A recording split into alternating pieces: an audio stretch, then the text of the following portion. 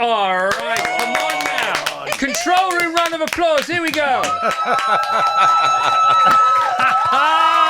Good night, Wembley. Come on. Mike Bossa and Suggs in the house this morning. Thank you, gentlemen. How was that for you? Lovely. Yeah. It's a very nice song, that. And it's always a pleasure to do things acoustically because it makes you reflect a little bit on the original writing. You know what I mean? When you play songs over and over with the band. It reminds me of when Mike first wrote that. Yes, it's a great song, I think, even though I'll say so ourselves. So gigging early in the morning on the radio right now and also gigging in Camden Market over the weekend? Yeah, we had a very busy couple of days. We were Manchester doing breakfast TV, whatever. Then we did Strictly Come Ballroom, as I was calling it. But of course, that was some time ago it was called that, wasn't it? Yeah. Strictly Come Dancing.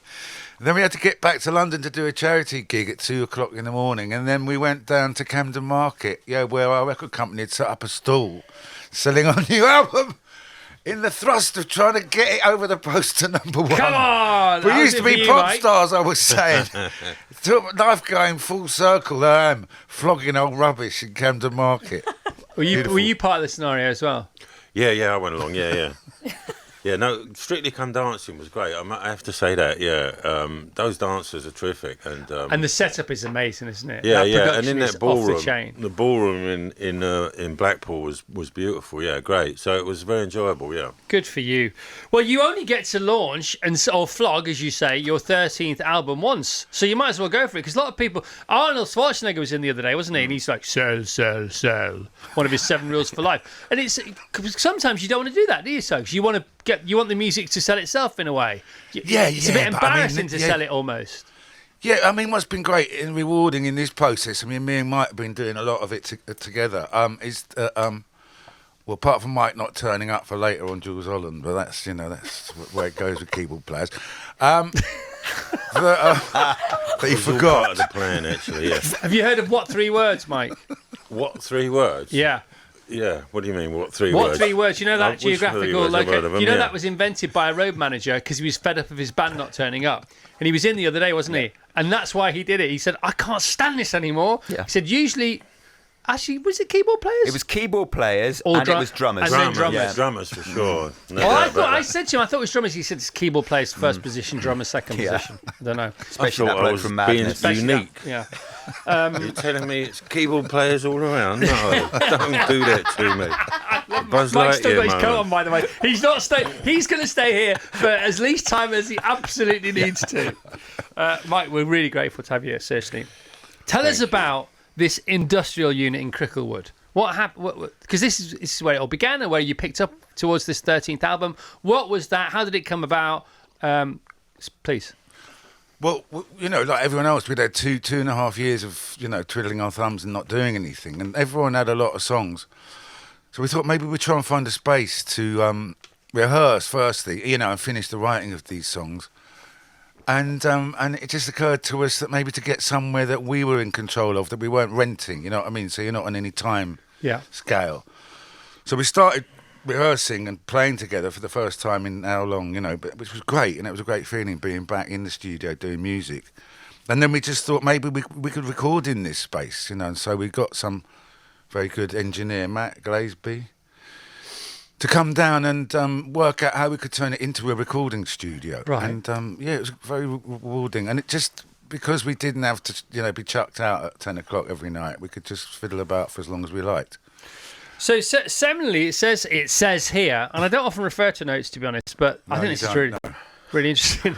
Madness reunited at the start of this year in the industrial unit at Cricklewood. That's good. Where Suggs, Mark, Chrissy Boy, Mike, Lee and Woody realised that what united them was always bigger than what divided them. Did any of you say that sentence out loud? Because that's quite intriguing. Yeah, somebody did. I'm not sure if it was me or someone told me to say it. But that just refers to... That sounds good. Just say you said it. Jesus Christ. That sounds a bit beyond me, that, I must say. I think it was Henry Kissinger told me that. No, during the lockdown, we all had our differences about what was right and wrong about, how the pandemic was being treated. And just like that, we were almost like a microcosm of society. We had very different views. And we were kind of falling out quite badly. But also, I think that email is a very bad way of communicating. No, it's terrible. Yeah. It's, saying when you get capital letters. Well, it's so loaded, and also in people. The face in person beats it every time. But people react on an email like they would never do in real life, and it's not healthy. Somebody said to me the other day that if they could give anybody growing up one piece of advice, it would be don't press send. Regardless, Well, no, wait till the morning after, isn't it? Yeah, very good advice. It's the best advice, isn't it? Yeah. I heard also that you can get a computer now with a breathalyzer on it. You have to blow. It won't let you send. Please let that be true. Elon, where are you when we need you? So 13 albums in. Madness still going strong. Whenever you put a gig on, people want to come and buy tickets and see it. If you don't put a gig on, people like me want you to come and appear at stuff, and we'll say, what will it take to get you there? It's awesome. You're awesome. We had Ali Campbell on from UB40 last week, and he was talking about how UB40 came about, the origin story, because now so much water is under the bridge, we can go back to origin stories because we've forgotten how people got together. We had the same conversation with Deacon Blue, and he says that UB40 got together. It was Angar, it was Thatcher, it was the Dole, and nobody could really play any instruments, and they just bought some instruments or borrowed them or nicked them or whatever. And 6 months later, they could just about knock out a tune. And 12 months after that, they sold 8 million albums. But of course, the more people in a band, the more personalities, the more conversations, the more variety, of how pear-shaped it can go. And that does tend to happen, doesn't it? The more people are in any group, football teams, whatever, families, whatever. And he was saying, as far as UB40 was concerned, it was about the number of people. That was a bit of an issue. And then we asked him, what was the most number of people that were ever in UB40? Because there's so many. Sometimes are they in the band or not in the band? He said, and he couldn't remember. He said at one point there were so many people in the band, all claiming to be in the band, on stage at a gig, he couldn't remember. What's the most number of people that have been in Madness? Speaking of that, I remember they were on the Lenny Henry show once, and Lenny popped up the back with a couple of his mates. No one noticed. As a gag. Yeah, of course. There's another 5 people at the back. Yeah, I mean, it's often said, isn't it? When bands are starting off, if there's more people on stage than in the audience, you need to go home. But for UB40, that was a regular occurrence. Right, what about Madness? What's the most number of people in Madness? I think, with a brass section, 10, or maybe backing singers 11, 12. But no, 7. So the most was 7, and now there's 6, yeah. And we got a brass section, yeah. And we got a percussionist now, yeah. But the band itself, 7 and down to 6. Yeah, 7 to 6. Yeah, that's true. Yeah. And clearly, that is the thing, isn't it? The more people are in a band, founding members, the more issues you're going to get over time. More people need to get paid for a start. Yeah, there is that as well, isn't there? It's a big one, yeah. But no, it's true, yeah, and we have a lot of differences of opinion. I mean, we are, still vaguely democratic. But it does take a lot of talking. That's very true. We do a hell of a lot of talking. Do you have a voting system? We do have to vote as well sometimes, yeah, which is difficult because there's 6. It's an even number now. It was better when it was an odd number. Did you watch the Beatles documentary Get Back? Yeah, we did, yeah. And so there we discovered the peacemaker was Ringo Starr. I didn't know that at all. Do you have a peacemaker in Madness? Because George storms off at some point, doesn't he? Yeah, I think Ringo goes round to his house. Well, funny you should say that, though, because that influenced us a little bit. I mean, that much as I'd love to say we are up there with the Beatles, but anyway. Yeah, but hang on. But what was great about that, we were talking about it, was because it was supposedly about them falling to pieces. And in fact, what you saw was when they were playing music together, there was all still love and peace, wasn't it? But the fact they were all in a circle, that's what we did in the studio. It's just that thing of looking at each other and playing your instruments is very powerful. How did Madness get together? How did it? What is your UB40 version or your Madness version of the UB40 story? It just started with, there were 3 of us living in Kentish Town in north of Camden Town. And we were just mates who were into music, and there were a lot of kids growing up in the neighbourhood going in different directions. A fair amount of criminality in Northwest 5. So you had one choice of sort of going, Wormwood Scrubs direction, or there was a kind of plumber direction, getting an electrician job or something.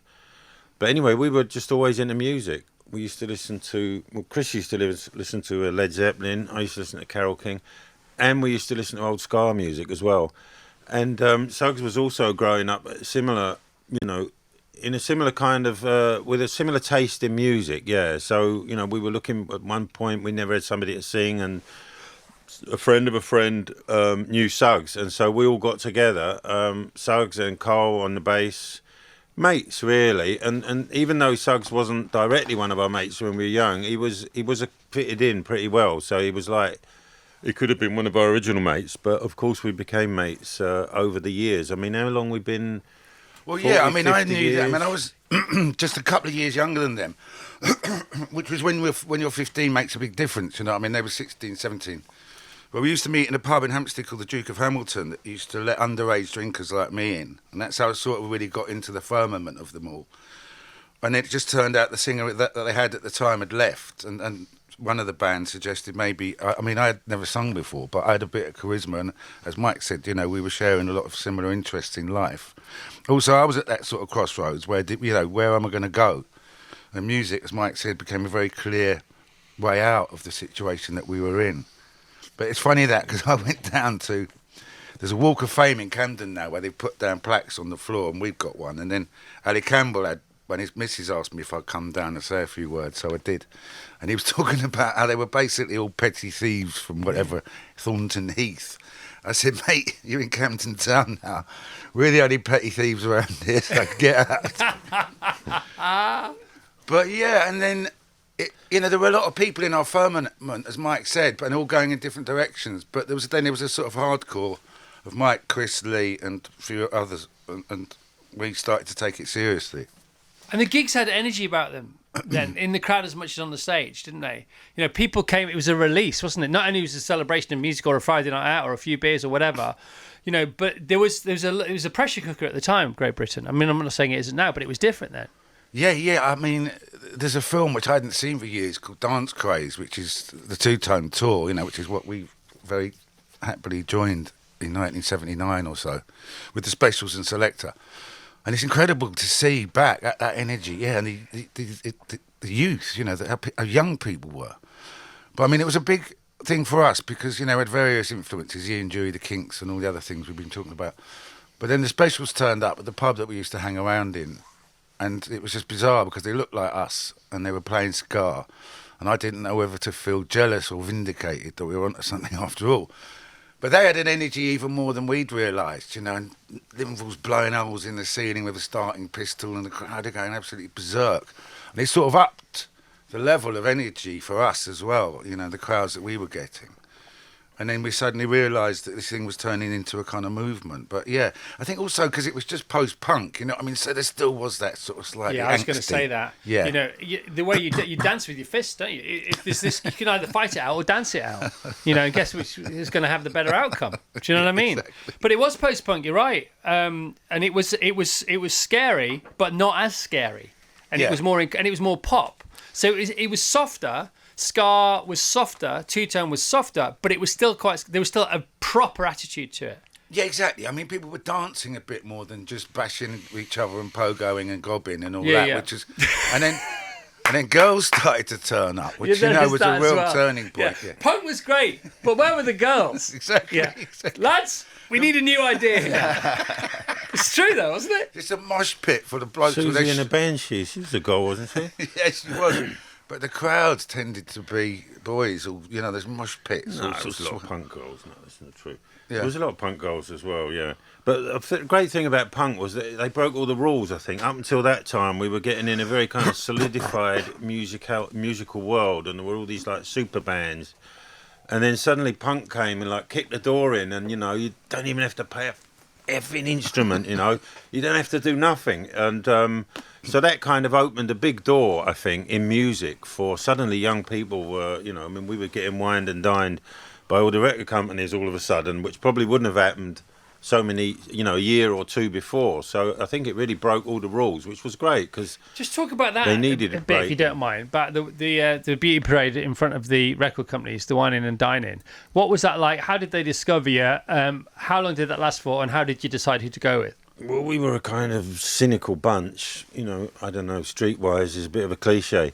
but or just very, very, very cynical. Yeah. So we went along. I remember we were kind of looking on the menu. What's the most expensive thing they got? And all the record execs they were kind of they were also into their thing. They were all looking on what's on the menu. So everybody was like having a nice nosh up. And they were, and then they would be like, "What's your name? And what do you do? What's the name of the band?" And so it was like just become a kind of a buzz around town. And the people I've been trying to ring up for gigs, like a few weeks before, who weren't answering my calls. Suddenly the table was turned. They're calling me, and I'm not answering their calls. And but none of it was very genuine or convincing. Except we used to really like Stiff Records because of the artists that were on it, and Dave Robinson. Managed to clinch the deal by giving us £1,000 cash each in hand, which the others had never thought of or seen.